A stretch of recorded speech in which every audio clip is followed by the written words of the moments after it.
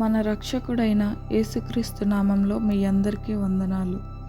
క్రీస్తుతో శ్రమానుభవంలో మొదటివ రోజు. పేతురు రాసిన మొదటి పత్రిక 4వ అధ్యాయంలో 12వ వచనంలో, ప్రియులారా, మిమ్మును శోధించుటకు మీకు కలుగుచున్న అగ్ని వంటి మహాశ్రమను గూర్చి మీకేదో ఒక వింత సంభవించినట్లు ఆశ్చర్యపడకుడి. క్రైస్తవ విశ్వాసంలో శ్రమ అనేది ఓ వినూత్నమైన అనుభవం. శ్రమ కలిగినప్పుడు దేవుని దూషించి విశ్వాసాన్ని మధ్యలోనే వదిలేసిన వాళ్ళు అనేకులున్నారు. ఆ శ్రమను దాటడానికి వ్యక్తిగత నిర్ణయాలతో కూడిన మార్గాలను వెతుక్కుంటారు, కానీ ఆ అనుభవం గుండా వెళ్ళడానికి ప్రయత్నించరు. అయితే ఎటువంటి శ్రమ వచ్చినా, అగ్ని వంటి శ్రమ కలిగినా, అది చివరకు మరణమైనా లెక్క చేయని వాళ్ళు కొందరుంటారు. వీరే దేవునికి కావలసిన వాళ్ళు. క్రైస్తవుడు అగ్ని వంటి శ్రమల ద్వారా పరీక్షింపబడతాడు. ఇదేమి వింత కాదు అని పేతురు వివరిస్తూ, ఈ శ్రమ క్రీస్తుల్లో మనకున్న విశ్వాసాన్ని పరీక్షించడానికి సూచిస్తుంది అని జ్ఞాపకం చేస్తున్నాడు. బంగారం కొలిమిలో వేయబడినప్పుడు మలినం మస్టు అగ్నిలో కాల్చివేయబడి శుద్ధమైన మేలిమైన బంగారంగా తయారవుతుంది.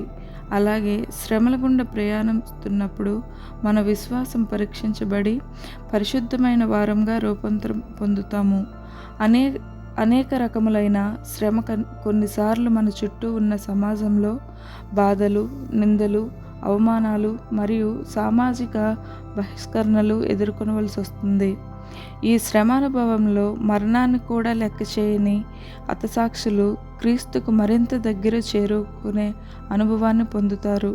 ఇట్టి శ్రమలను దేవుడు మన జీవితంలో అనుమతిస్తారు. ఇది దేవుని చిత్తం.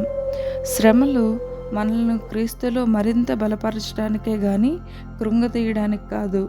అగ్ని వంటి శ్రమలు చివరకు మరణానికి దారితీసిన క్రీస్తును చేరుకుంటామనే నిరీక్షణ పెంపొందింపజేస్తుంది. సామెతల గ్రంథంలో 24వ అధ్యాయం 10వ వచనంలో, శ్రమ దినమున నీవు కృంగిన ఎడల నీవు చేతకాని వాడగుదువు. సహనం బలపరచబడాలంటే క్రీస్తు మనతో ఉన్నాడనే విశ్వాసం, ఆ దేవుని సన్నిధిలో ఉన్నామనే నిశ్చయత కలుగజేస్తుంది. ఆయనతో మనము కలిగి ఉన్న సాహిత్యాన్ని, మన హృదయానికి కలిగిన గాయములను, అందులోనే వేదన నుండి స్వస్థత కలుగజేస్తుంది. గనుక దేవుడు మనకు కలిగే ప్రతి వేదనలోనూ, మనం పొందే ప్రతి శ్రమల్లోనూ మనకు తోడై ఉంటాడనే నమ్మకం మనకు ఉంటే విశ్వాసంలో మరింత బలం పొందగలము. ఆమేన్.